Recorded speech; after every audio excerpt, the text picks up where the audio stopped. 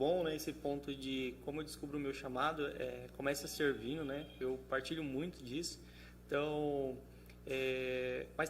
mas cria também assim um estigma, né, em cima disso, digamos assim, um glamour, né? Porque meio que todo mundo está querendo ser João Batista, né? Então, não, só existe um João Batista, né? Então, às vezes o seu chamado é simplesmente servir mesmo. Você não vai aparecer, de repente você não vai estar em cima de um púlpito, de repente você não vai ser um bom orador pregando, né? Às vezes é só servir e a gente tem que estar sujeito a isso também, né? Porque cria-se também que a gente vamos ter, sei lá, 50 Rogérios, e não, vamos ter só um mesmo, só um pastor Rogério.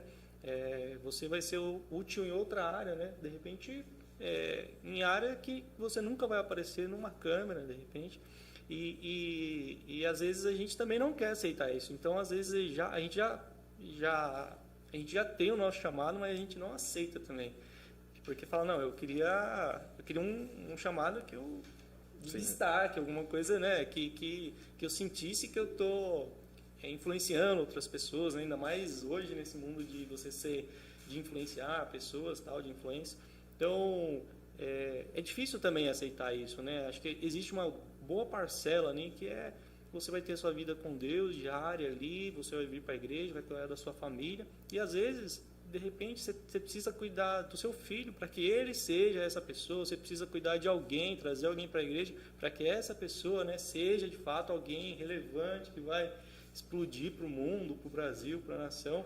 E muitas vezes a gente não consegue entender isso também, né? Sim. Eu vejo que aí volta um pouquinho antes no que nós estávamos falando sobre justamente esse alinhamento com o que Deus tem para a sua vida. Que muitas pessoas querem, né? Não, Deus, está aqui o meu planejamento de vida e é isso. Aí Deus está, mas não era isso que eu tinha para você? Então elas não buscam esse alinhamento com o que Deus tem para a vida delas, né? É aquilo lá, eu entender o meu chamado e eu ter contentamento em relação a esse chamado.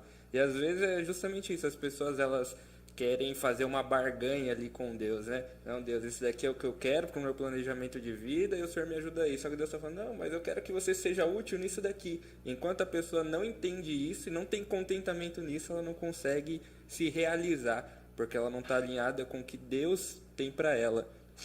Sabe, muito boa essa colocação, essa pergunta sua, muito atual.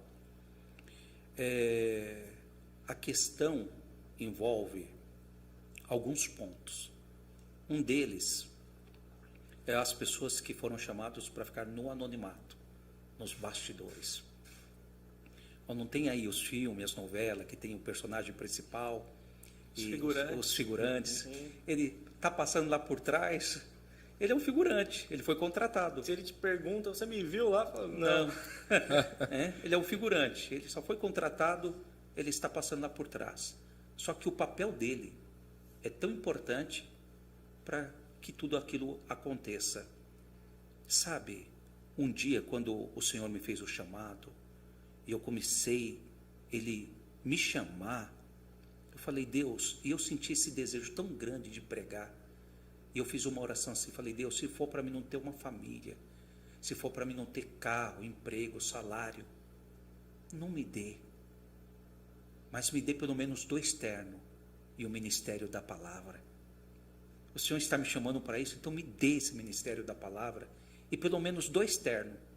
Essa oração eu pedi lá no quarto, dobrei meu joelho e falei, Senhor, se for para mim não ter nada, eu sinto o Senhor me chamando, então se o Senhor quer que eu não tenha nada, me dê o ministério da palavra e pelo menos 2 ternos para me pregar.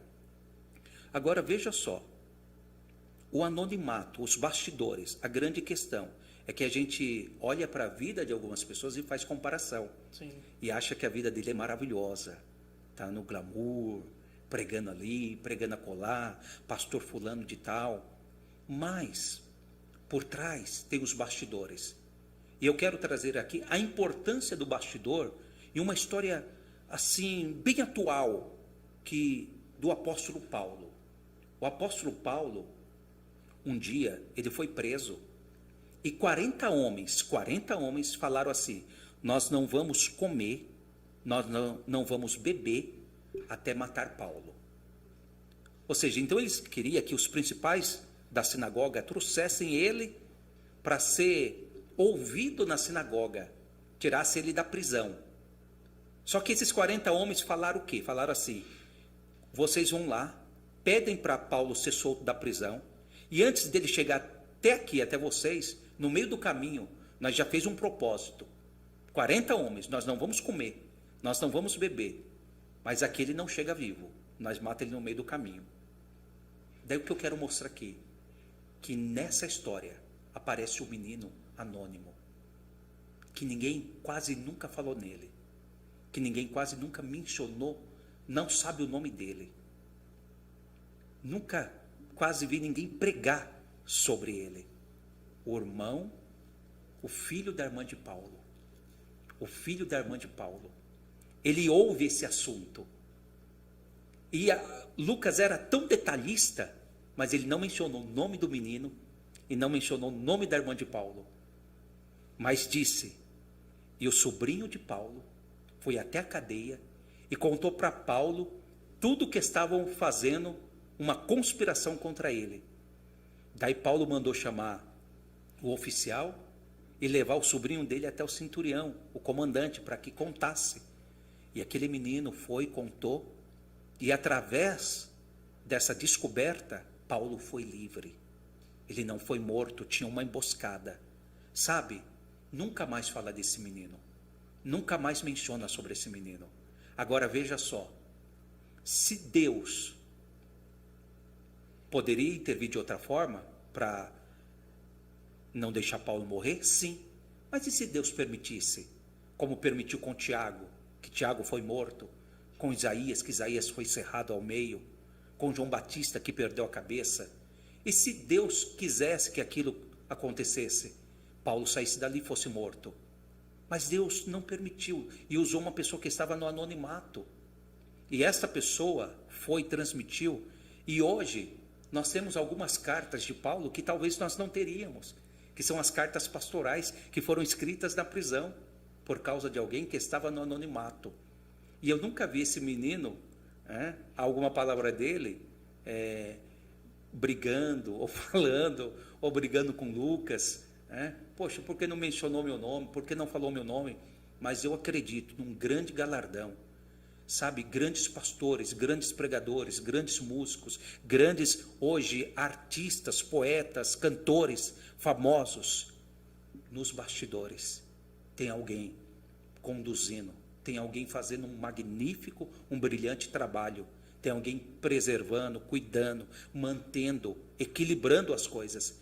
Então, esses que estão nos bastidores têm tanta importância, têm tanta significância, e o galardão deles já está garantido.